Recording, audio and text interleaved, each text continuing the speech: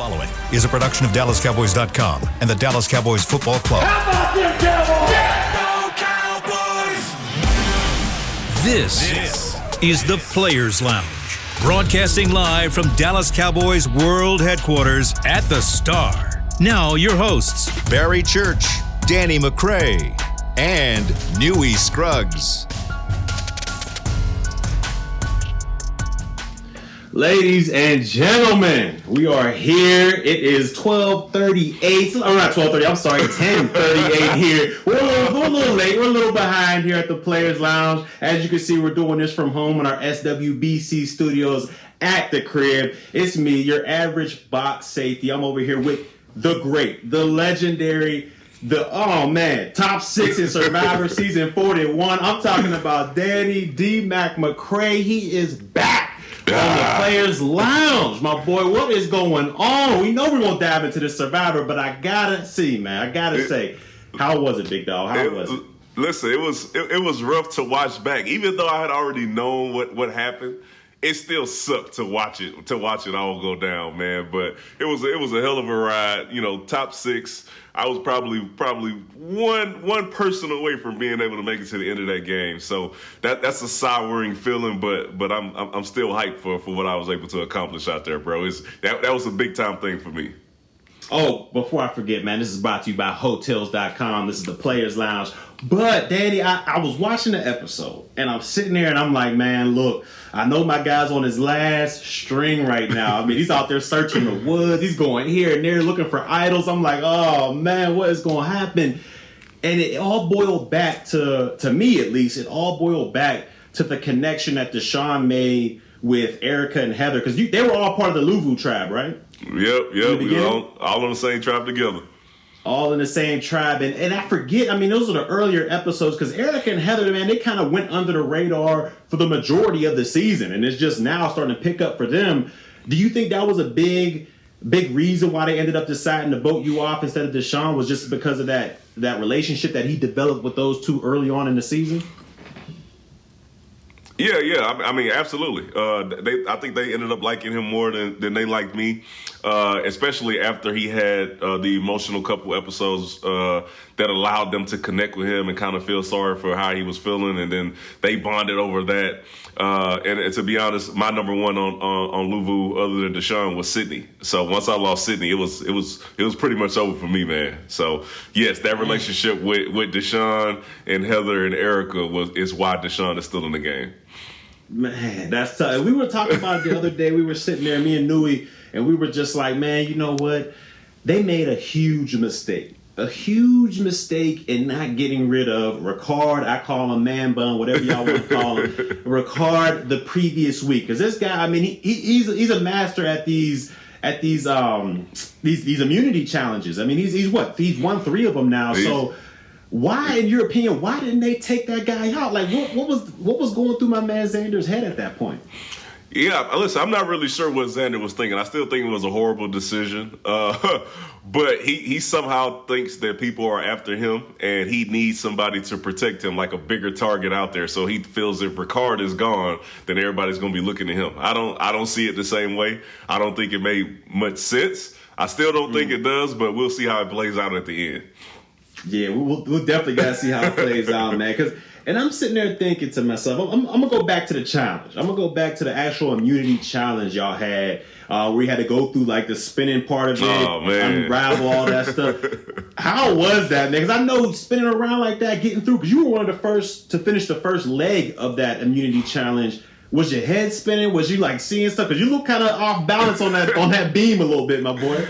Kinda. So you think about this, bro. So you're already starving, right? So you already know how you get nauseous and stuff if you haven't eaten in a long time. So you're starving, you're dirty. Then all of a sudden you're twisting in circles. So I'm dizzy, and I'm trying to, like, take my time after I finish doing that to see, like, all right, it's gonna wear off. It's gonna wear off. And after a while, I'm like, oh no, everybody's catching up. It's not gonna wear off. So let me go ahead and try this. And I was dizzy as hell when I was walking across that beam. Dizzy is. I tried it like 5 times, man. And then, that last time when I fell, I was like, come on, Jeff, bro. I was like 1 foot away, bro. You could have. He did. He got you on that one. He's like, go back, bro. He just crushed me. But at the end of the day, man, I saw it was a puzzle at the end, so I knew I probably wasn't going to win that thing. But I just had to give it everything I had. The puzzle's just not for me, bro. That's why they did not show me the entire time, because I didn't get one piece right. Hey, I got it, man. Somebody had to tell Ricard what the deal was, man, because ain't no way my man got through that puzzle that fast. Like, I don't know if maybe it was editing, I don't know what it was, but it seemed like the guy went through the little turnstile thing, got over the beams, and he put the puzzle together like that. Like, I mean, somebody had to let him know, or was it a part of the previous Survivor season, that type of puzzle, because that guy did it too fast, man. Nah, man, listen, editing can make something seem really, really short. So the reward challenge that we did with those, like, trying to shoot it in the hoop, shoot the little balls in the hoop, bro, that thing lasted for like 35 minutes, bro. But on the show, when you look at it, it looked like it wasn't long at all, bro. We switched out on my team like 3 or 4 times. I had to swim all the way back, almost all the way out in the ocean to go retrieve balls. That was a long challenge. And then when you watch it on TV, it's like, this was like 5 minutes? That ain't right. It made it seem quick. And go back to that swimming all the way out in the ocean. Why didn't y'all have 2 people in the water trying to get the balls, trying to get the rebounds? It was just you out there. It seemed that it took longer to do that unless you had 2 people out there. So why wasn't? I think it was Heather. Why didn't Heather get out there? Exactly. Thank you. Did you see who was out there on my team, bro? And no offense to her, we already tired and hungry. Nobody's eating. It's hard as hell to be swimming out there, bro. You just like doggy paddling in the same place. You already fatigued, and every time a ball goes far, bro, you literally have to swim to go get it, try to toss it back. We were all tired, so our timing was off. If you look at the other team, Xander swam the whole time because he's a really good swimmer. Deshaun never got in the water. So they didn't have to worry about the same stuff that we had to worry about on our end. Without a doubt, man. Without a doubt. And I want to talk about Heather a little bit. To me, she's been under the radar this entire season. I'm just golly shucks Heather over here. Is there some more to Heather? Is she little sneaky behind the scenes? Because, I mean, there's no way you last this long just being all golly shucks and I'm just here to enjoy the ride. Is there something more to Heather's game that we're not seeing? So let me tell you this. So it's because you're a new Survivor watcher. Okay. Yes. So when you get to the end, right, there's going to be the jury, and the jury's going to listen to the story of the 3 people that are left. And then whoever has the best story, the jury then votes for that person to win $1 million. So if you think you're going to the end of the game, you want to bring somebody to the end of the game with you that you don't think the jury's going to respect their game or give them votes. So if you're looking at Heather and people are seeing it how the viewers are seeing it, you say, hey, look, if I take it to the end, she's not taking any votes away from me. So this is a perfect person to keep dragging to the end. And then in Survivor terms, they call her the GOAT. So at the end of everything's done, it's the person who gets the most votes from the jury who ends up winning the meal. Yep. So you're trying your hardest throughout the whole game not to get any votes, and then at the end of the game, you're trying to get as many votes as you can. Oh my goodness! Ain't no way! Ain't no way! And then your boy, what was Deshaun thinking there when he at the end he was just like, you know what? I'm gonna put all the truth on the table, and he basically just threw Erica under the bus. But then she turned around and helped him out at the end. So, like, what was that whole relationship? What was that whole thing going on right there, man? Yeah, no, it was, listen, Deshaun at that moment, and that's why I say here, real one, he literally thought that he was going home, and he was like, listen, I'm going to blow the game up for you so you have some stuff to work with if you still in the game. And I was like, all right, do what you got to do, man. Appreciate you, but just do everything you got to do to wreck the game and leave me with some little pieces where I can go try to get in somebody's ear and say, yeah, you see, this person actually don't like you, and she really wasn't trying to go to the end with you. So he really thought he was going home at that moment. I don't know how or why Erica decided to keep him, but I guess that's something we'll have to find out as the finale comes on next week. Well, she thought in the beginning, she thought that he would be the best to try to take out Ricard in an immunity challenge. But is there any more immunity challenge going forward, or is this just the final crew the final go about, or is it? Oh no, it has to go down because you said it goes down to 3 people, right? Yeah, they got I think a couple immunity challenges, a fire making challenge. They still got a lot of stuff to do in this last episode. It's a 2-hour episode, and it's not going to be a lot of it's not a lot of people on there, so they're not going to have a lot of time to go off and talk about anything except really just showing challenges and seeing who gets to the end. But you also heard her say, she was like, I don't know what Danny's game is. I don't even know if I can trust him. And in my head, I'm like, you're right. Because I'd definitely be trying to vote you out. You and Ricard, I'll be trying to get y'all out of the game. So now you're a part of the jury, and so how was that when you got finally got voted out and you were walking back over to wherever you guys go when you're voted out? Did you get to meet the rest of the jurors again, and did y'all discuss anything about that once you were voted off? Let me tell you something, Church. You're my friend, okay? So if you go to my Instagram and you look at the story that I posted, I got my Ponderosa video in there, it literally shows you from the moment that I walked out. After I got voted out, it shows me like going to get on the scale and doing all that. It shows me ordering my first meal, and then it also shows me meeting the rest of the people on the jury for the first time and showing how many conversations we had, what they were about. You'll see me and Shan and Liana had this conversation where they still don't understand why what they did was wrong, and that's why I voted them out. And then we all come to an agreement that we'll just move forward. So check that out. If you're listening and you want to know what happened right after I got off the island, check out the Ponderosa video that's in my story on Instagram. That's at Danny McCray 40. All right, you heard it here first. Well, look, D-Mac, we're going to take our first break, and then we're going to dive into Cowboys football. Dive into Cowboys versus Washington, the matchups, predictions, who we think is going to have a big game. We'll dive all into that when we get back from the break. This is the Players Lounge, brought to you by Hotels.com. We'll see you on the back. At Smoothie King, we are blending goodness to fuel your greatness. Every blend is crafted to help you achieve your health and fitness goals. Smoothie King uses only whole fruits and organic veggies. You'll never find sugary syrups or artificial flavors, colors, or preservatives. And unlike some other smoothie places, there are 0 grams of added sugar in many of our blends. Smoothie King is proud to be the official smoothie of the Dallas Cowboys. Place your order in the app or online for pickup or delivery. Smoothie King, rule the day. It's game day. You know what that means. First, kebab prep. Steak, pepper, onion, steak, pepper, onion. Next, a counterclockwise lap around the room. Now the lucky grease-stained jersey goes on. And lastly, the dance. You know the one. This is a game day ritual no matter where you are. Whether you're traveling to the game or watching from your favorite vacation spot, book a place to stay on Hotels.com and keep the tradition alive and well. Hotels.com, proud partner of the Dallas Cowboys. Nobody protects you from mayhem like Allstate. I'm a broken traffic light. Stop and go is the name of my game. It's easy. You go, they go. Or was it, they go, you go? And if you have the wrong car insurance, these repair costs could stop you in your tracks.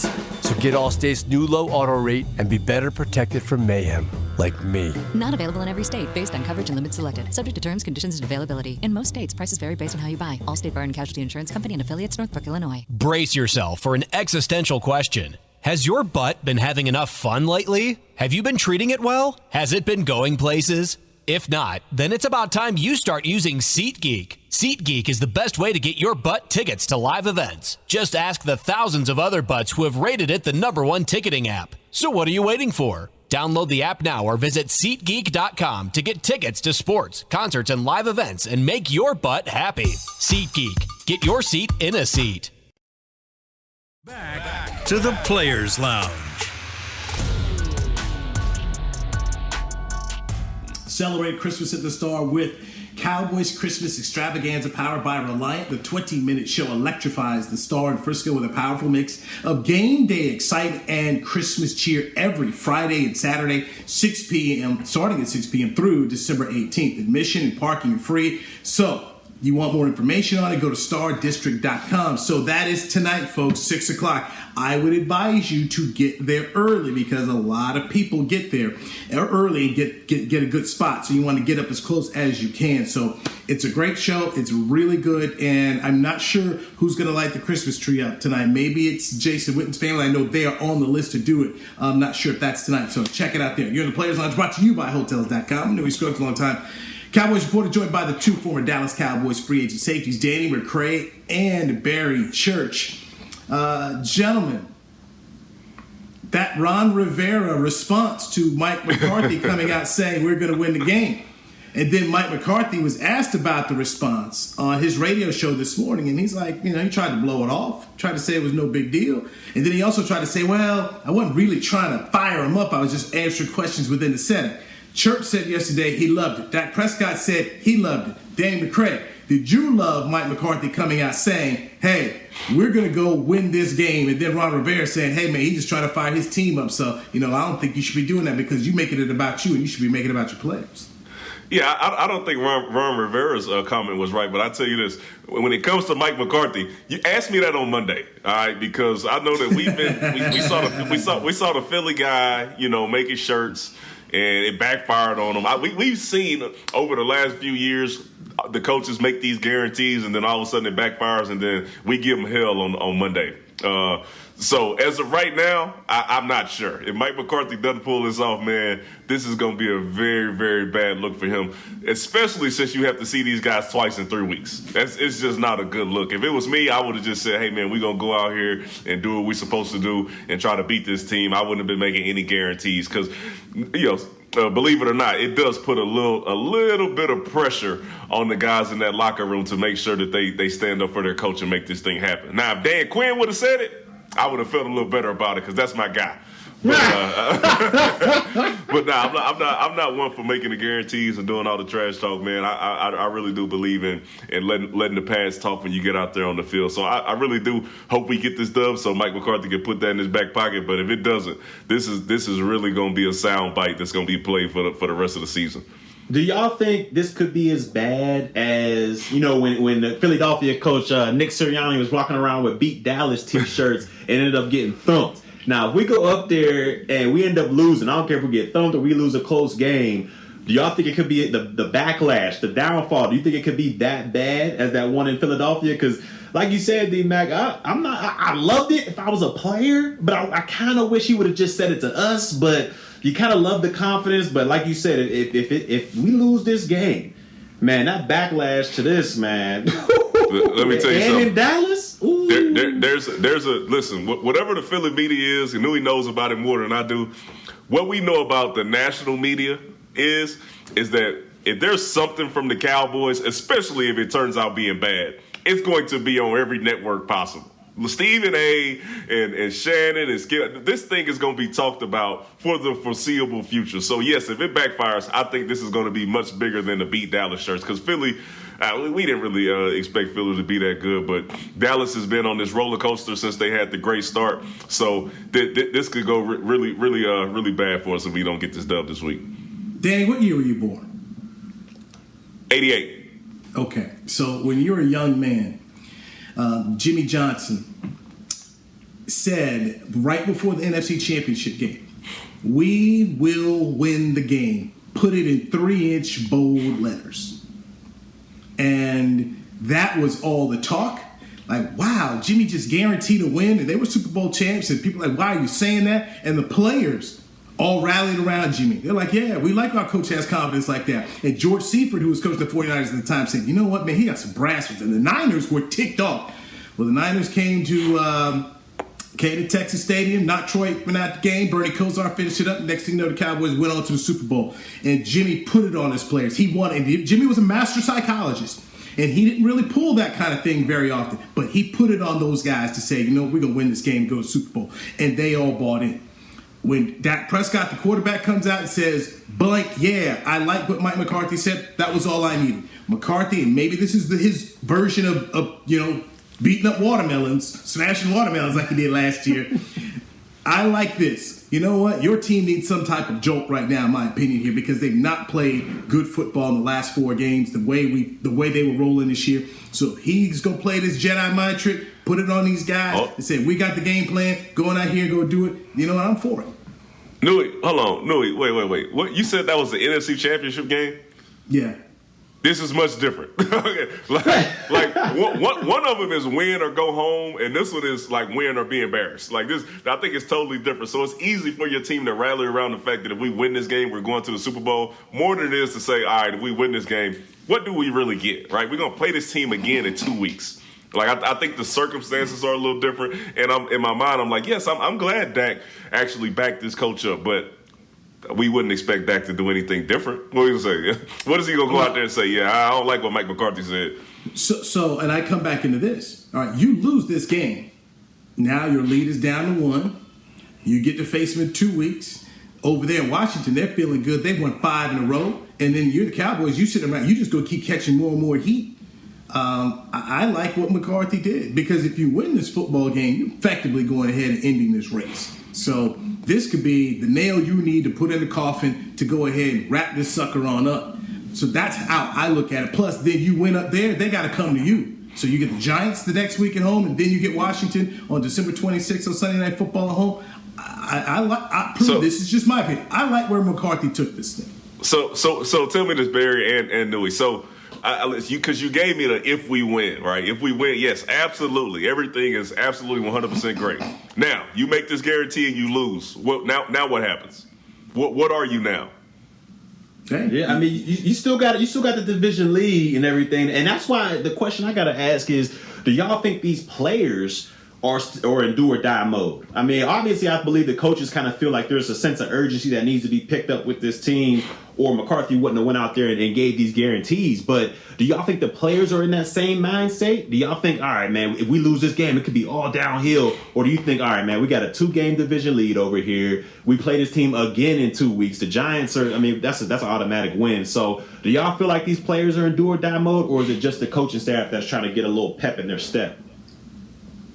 I think it's the staff trying to set the tone. Trying to set the tone of this is where we need to be and where we need to go. Let's get out here and win this game. Let's go up there, win this football game. Vegas got them favored by 5. You get some guys back here offensively and defensively, some from COVID, some from injuries. Go out here, knock these dudes out, and let them understand and know this is the Cowboys division. To me, that's how I took it. That's the approach that I believe he's trying to put toward his instill in the players and the staff. That's just my take. What you got, Dan?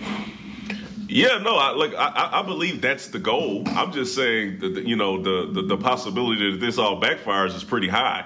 Like you said, we have been on a roller coaster as the Dallas Cowboys team of going out there, not playing well against Denver, not playing well on offense against Kansas City. So it's not out of the realm of possibility that we have another game that looks similar to those and Washington comes out with a dub. It's not out of the realm of possibility. But what you do is you back yourself in a corner now to where if you do lose, then you don't have the option to make any more guarantees. This is over for you. Nobody's taking this seriously again. And I just think it was pretty early to be making a guarantee like this. Go out there and win this game, or if you lose it, you play this team again in 2 weeks. Leave that opportunity for that moment. I just think it was a little early if you were going to try to put that talk out there in the atmosphere. See, Danny, I feel like McCarthy went out and approached it like Ricard did. It's Survivor, okay? Went ahead and made his move right there, man. That's how I feel. McCarthy's like a Ricard out here, man, this week. I like that about him.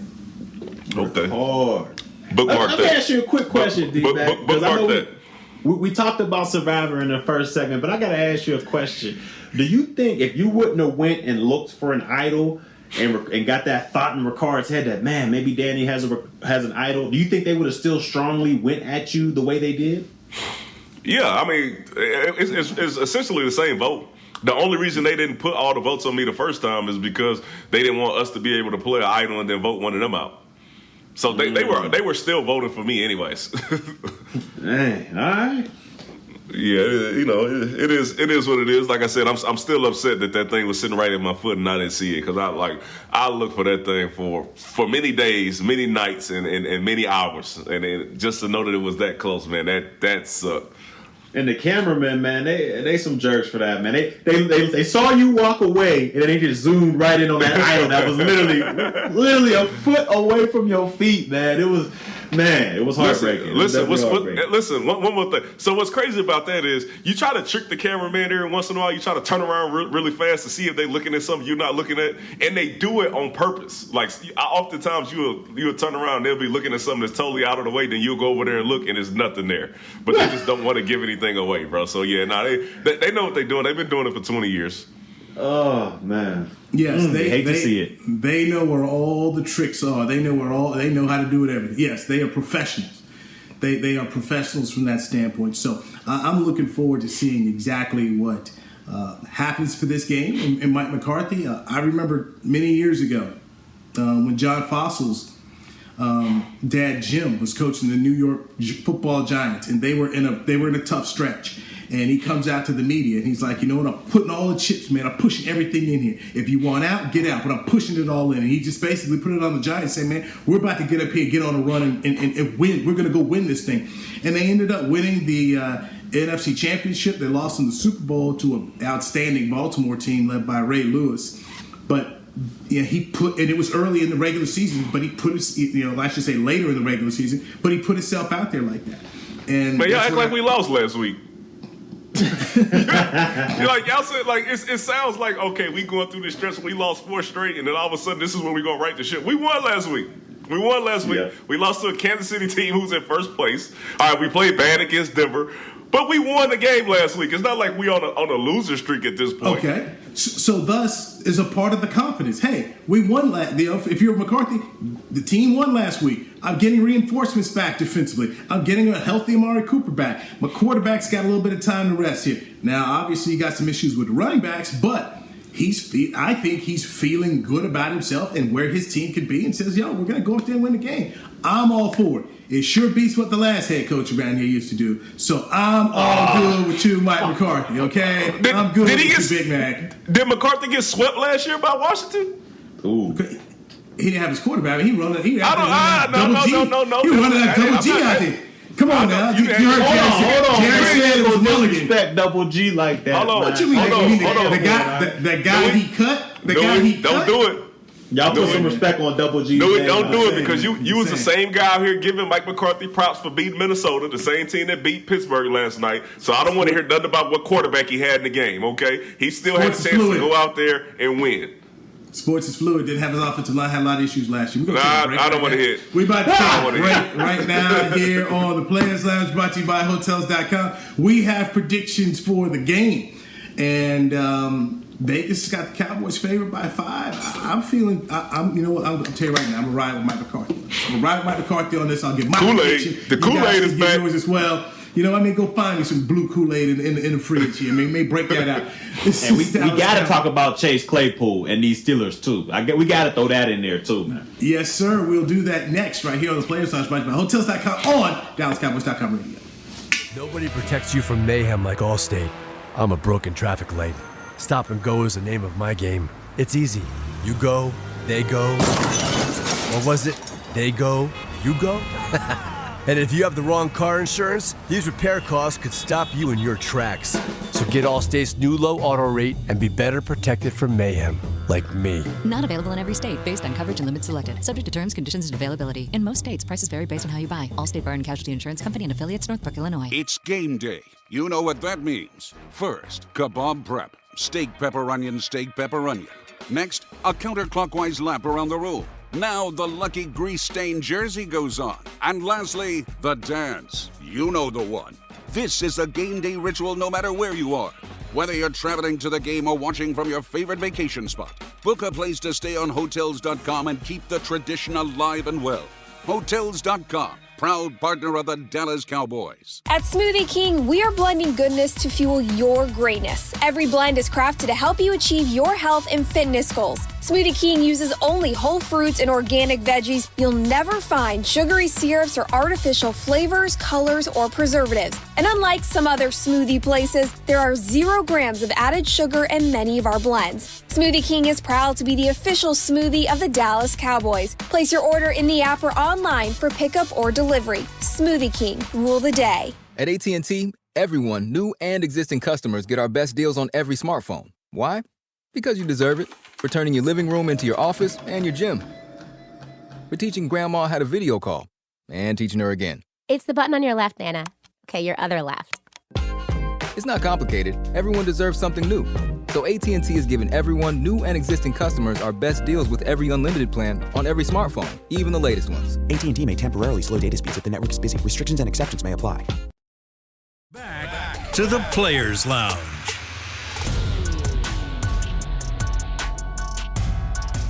Hey, this holiday season, visit the Star to get your photo with Santa. Presented by Monument Realty, Santa Claus will be at his Cowboys-themed cottage in the Star District, across from Ascension on the Star Boulevard from November 26th through December 24th. For more information and to book your photo, visit thestardistrict.com/Santa. You are in the Players Lounge, brought to you by Hotels.com. Former Dallas Cowboys safeties Barry Church and Danny McCray. These are the hosts of the show. I'm merely Newey Scruggs carrying out the assignment. Cowboys against Washington. Yes, it is Dallas week up there. That's what they call it. It's a whole week dedicated to the Cowboys. They used to have like a luncheon up there. I mean, dude, that's all about the Cowboys. The Cowboys are banquet. Yeah, what the heck? Yes, I probably even had a parade up there. So they ain't making no guarantees though. No. You heard Jonathan Allen, man. The only guarantees of death and taxes. That is true. That is true. So I'm just going to come out right now and tell you, give me Cowboys 30, Washington 20. That's my prediction right there. Going right there. Ooh. Ride with Mike McCarthy. You riding with Mike, huh? I'm riding with him on this one, man. I'm ride with him on this one. And I think we're going to see Tank Lawrence put on a show. Expecting a Tank Lawrence show. Going off? Expecting a Tank show. Newey all over the place. I'm going to go with you as well. I'm going to say the Cowboys get the dub. But with that bulletin board material that Mike McCarthy threw out there, I think it's going to be close. I'm going to give it a 24-21 victory, Cowboys. Goodness gracious. Newey, listen, at one point, I was going to go against you, but I can't, okay? Church, I think you crazy. I don't think the game's going to be that close. I think the guarantee's actually going to work out for them this time, which is great for us. But I can see us getting a bunch of turnovers this game. I think we cause a fumble. I think we force them to have to throw the ball, and we know what our secondary does when you force a team to throw against them. We get turnovers. So I'm looking at a 28-17 game. Okay. All right. I still got to win it by 3, man. It's going to be close, man, because I think Gibson and Curtis Samuel and J.D. McKissick, if he plays, I think they're going to be able to have some success running the football. But eventually, I just think this Cowboys offense is going to be too much for them. And like I said, I give them a 3-point victory. So you got it by 3. Danny's got it by 11. I've got it by 10. So everybody believes that Mike McCarthy is going to be correct when he steps up to the podium to say, had it all along. We had it all. Absolutely. And more importantly, that will give you a 3-game lead in the division. It's over then. It's a huge game. Right. This is a huge football game, in my opinion. And just to go up there where it's going to be a half crowd anyway.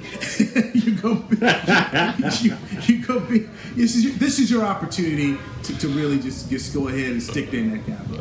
Listen. My eyes on the bigger picture, okay? I'm not even thinking about the division lead.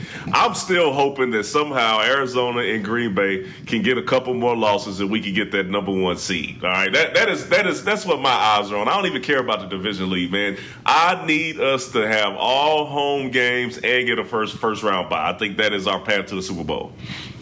No, definitely. It definitely starts with that. With this one on Sunday, you got to go ahead and win that to get to and win the division to get yourself to the bigger prize. Last night, I watched Mike Zimmer's football team, and obviously, Danny, you and I had vested interest watching Dalvin and Justin Jefferson for our fantasy teams here. But I just watched that 29-point lead evaporate, and I just said to myself, Mike Zimmer's fired. I mean, the Lion game already fired you, but you're supposed to be the defensive guy, and you couldn't stop anybody. And if Chase Claypool's not out here doing that mess he did at the end of the game, they may have tied that sucker and won that thing. Listen, without a doubt, go ahead, Church. Go ahead. Tied it up. Go ahead, D-Mac. Go ahead. Listen, mine is quick. Listen, I know we putting this on Zimmer and the defense. I think he had his guys in position to make plays, and I'm sad to say that my man Pat P, he had some bad plays out there, and Breland was looking like a third-tier cornerback last night. Like, they were in position to make plays, playing man-to-man coverage, and somehow they just got out-competed, and they got beat in those big moments. And that was super unfortunate. But that secondary just did not look good last night. Yeah, the secondary didn't look good, and I don't understand why they went away from Dalvin Cook in the second half. I mean, that guy was cooking. I think in the first half he had 167 yards and 2 touchdowns. I mean, the guy was on fire. I don't know why they decided to put the ball back in Kirk Cousins' hands in that second halh, but I just wouldn't have done it. I'd have let Cook run for 300 and some yards out there. Let him finish this game off. But we go back to the Steelers side. Man, I kind of felt bad for Big Ben out there because it was like his offensive line didn't show up.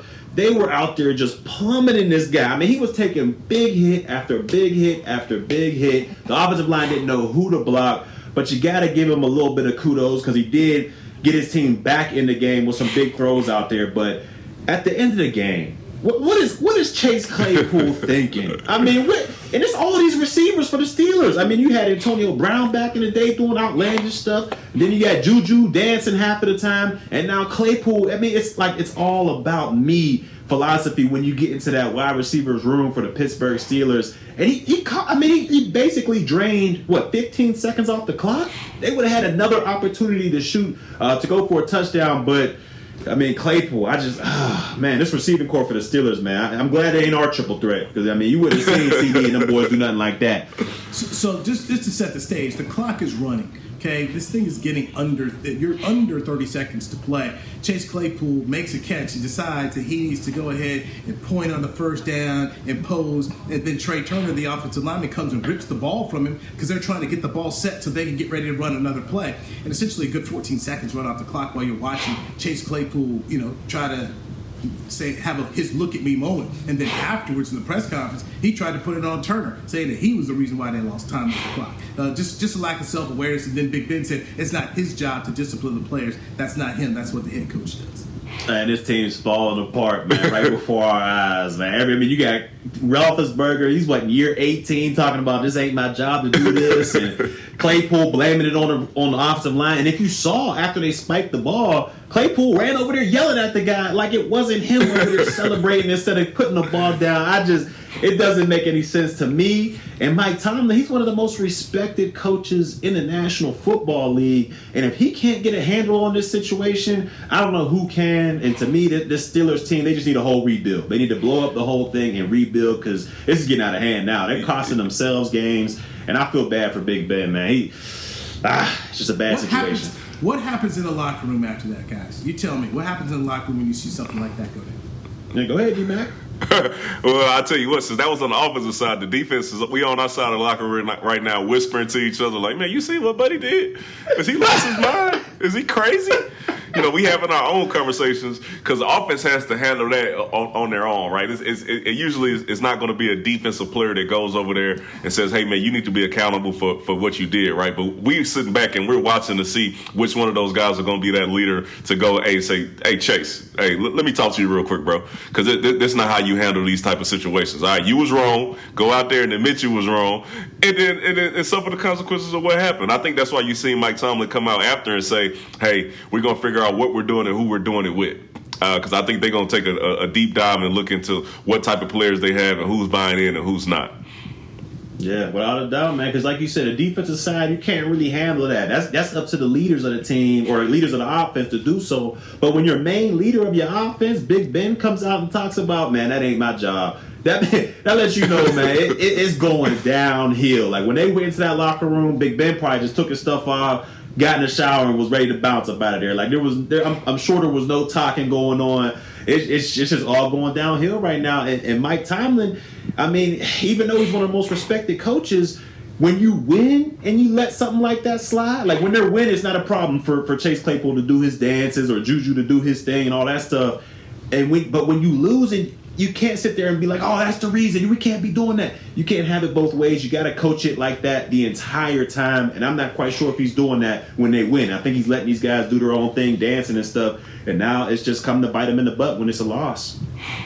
All right, let's wrap up the show. Once again, our predictions. Danny McCray's got the Cowboys winning 28-17 over the Washington football team. Barry Church got a 24-21 close game win for the Cowboys over the Washington football team. And I'm going 30-20 Cowboys win at FedEx Field. We will discuss it on Monday. And if Mike McCarthy's guarantee isn't there, Danny McCray will be the first one to jump on in on Monday. I can't wait. So we will have an eventful show one way or the other come Monday on the Players Lounge, brought to you by Hotels.com. Chris Beam, thank you so much for hanging in there with us. Barry Church, Danny McCray, you guys enjoy the weekend. Lots to talk about come Monday right here on DallasCowboys.com radio. This has been a production of DallasCowboys.com and the Dallas Cowboys Football Club. How about this, Cowboys?